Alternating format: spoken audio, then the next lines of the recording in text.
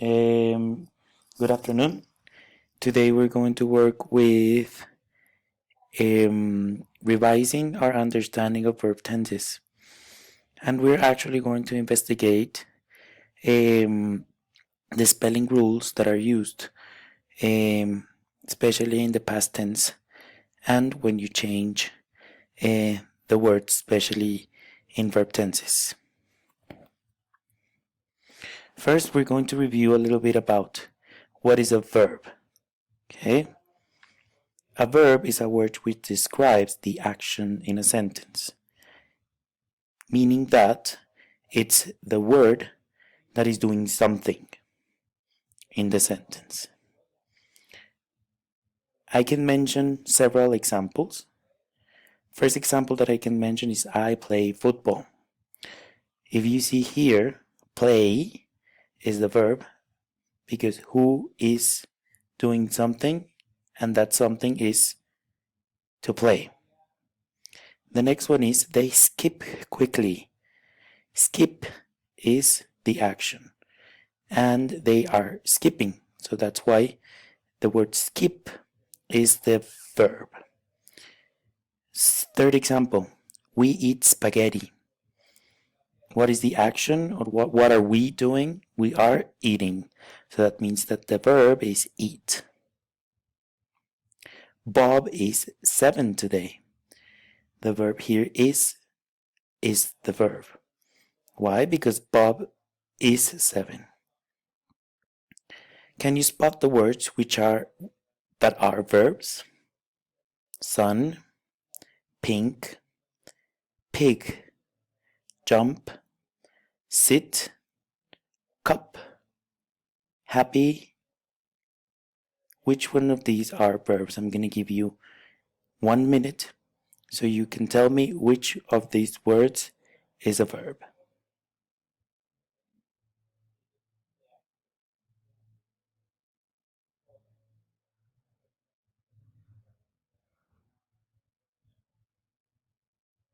Okay, if you said jump, jump is a verb.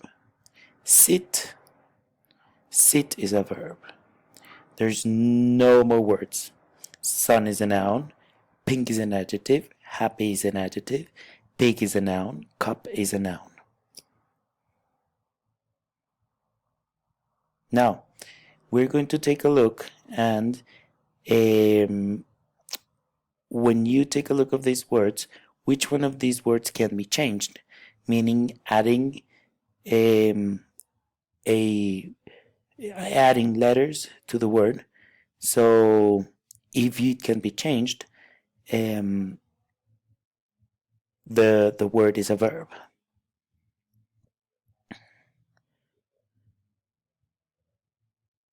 Now we're going to remind a little bit about what is a verb, and especially that there's different tenses of each verb. The first tense of a verb is the present tense, and it's the one it's the word that describes that something is happening now.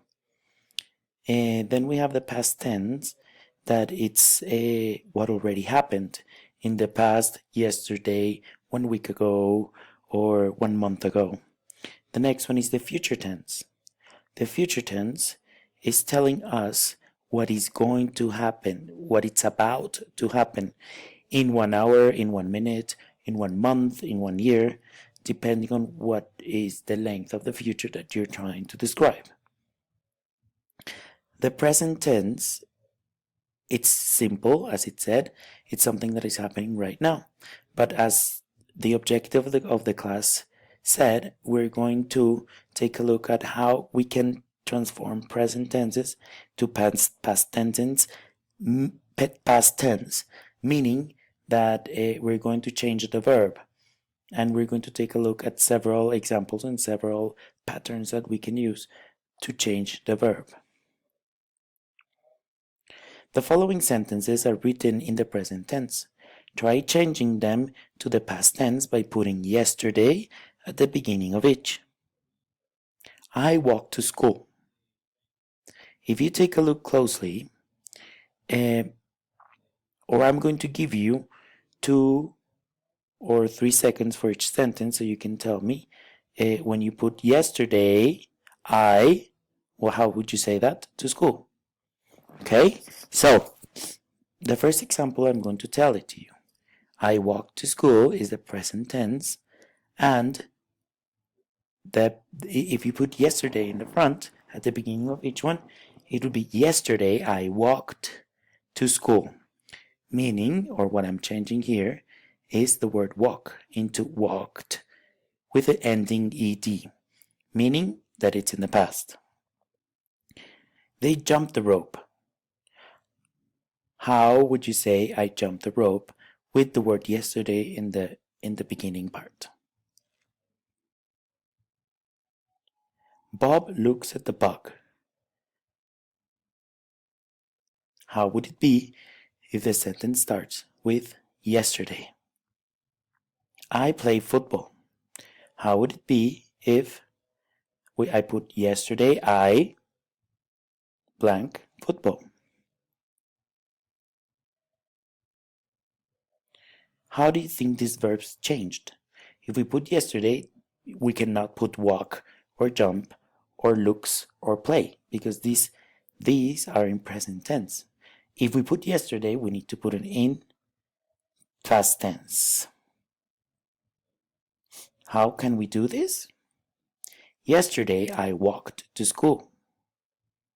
Yesterday they jumped quickly. Yesterday Bob looked at the bug. Yesterday I played football. If you see carefully, these verbs walk, jump, look, play, we all added ed at the end of the word. And that means that we passed it from present to past. Is there a spelling pattern connecting the changes to these verbs? Well, yes, as I described before, if you add ed at the end, it means that it's in the past. And as the chart shows, we added ed to each one of those ones.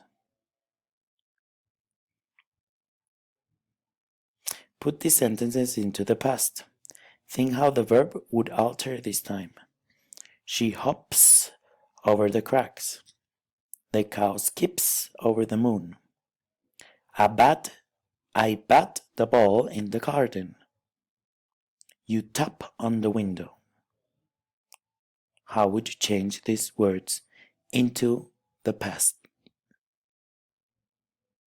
She hopped over the cracks. The cow skipped over the moon. I batted the ball in the garden. You tapped on the window. What do you think is the pattern here? As in the words before, in the verbs before, you added ed only to the word, to the verb. In this case, we added ed, but we needed to add another p in hopped, another p in skipped, another t in batted, another p in tapped. So that is what they have in common. If the word ends in p, t, or t, it means that you have to double the p or double the t and add ed.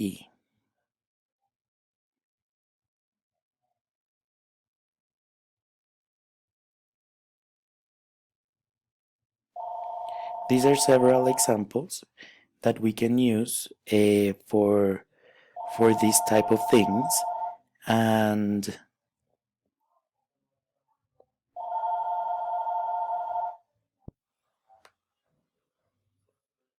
as we saw here, there's similar words that have different rules. I always tape my favorite TV shows. We hope we win the race. Hope, you don't have to add the P, but you add only the D. You don't have to double the B, you only add the D at the end. Tape, you only have to add the D because the E is already there. Now we're going to take a look at some examples when the verb ends in Y. I try to make all my letters join. When I hurt myself, I cry. For breakfast, I fry some eggs. I carry the register to the office. How do you think the past verb would be written as? In this case, we have to change the Y into an I and add ed. When it ends always in Y, it means that you have to, if you want to change the verb that ends in Y to the past tense, it means that you have to change the Y and put an I and put an ed at the end. That is the rule when you have a verb that ends in Y. Examples: try, tried, cry, cried, fry, fried, carry, carried. Now we're going to take a look at and match the following words with the rule. Marry, married. What is the rule in this first where? The rule would be that you have to change the Y for the I and add ed in the first one. In the next one, cook, cooked, play, played. You will only need to add an ed. Hug, hugged, stop, stopped, grab, grabbed. What do you need to do here? You need to add a double consonant at the end and add ed. What about saved, saved, bake, baked, tape, taped? You only need to add a d. And with fix, it would be fix, fixed, you add an ed, mix, mixed, you add an ed, and box, boxed, you add ed. A quicker recap. How would you put wait? I'll give you 2 seconds. 1, 2. Waited. Very good. What about pack? 1, 2. Packed with ed at the end. Stop. Stop with ed at the end. Pot would be double the t and then add ed. Try. 1, 2. Tried. Very good. It would be changing the y into I and add ed. Marry. Married the same way. Keep. Kept. Give. Gave. This would be an introduction to the verbs that are regular or irregular. When it is with ed, it means, what do you think it means? When you add ed, or when you change the word, what do you think it means?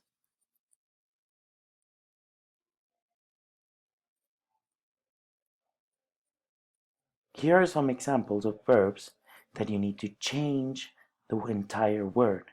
Those are called irregular verbs. The next class that we do, we're going to make a review, or we're going to learn a little bit about the patterns that we can have with irregular verbs.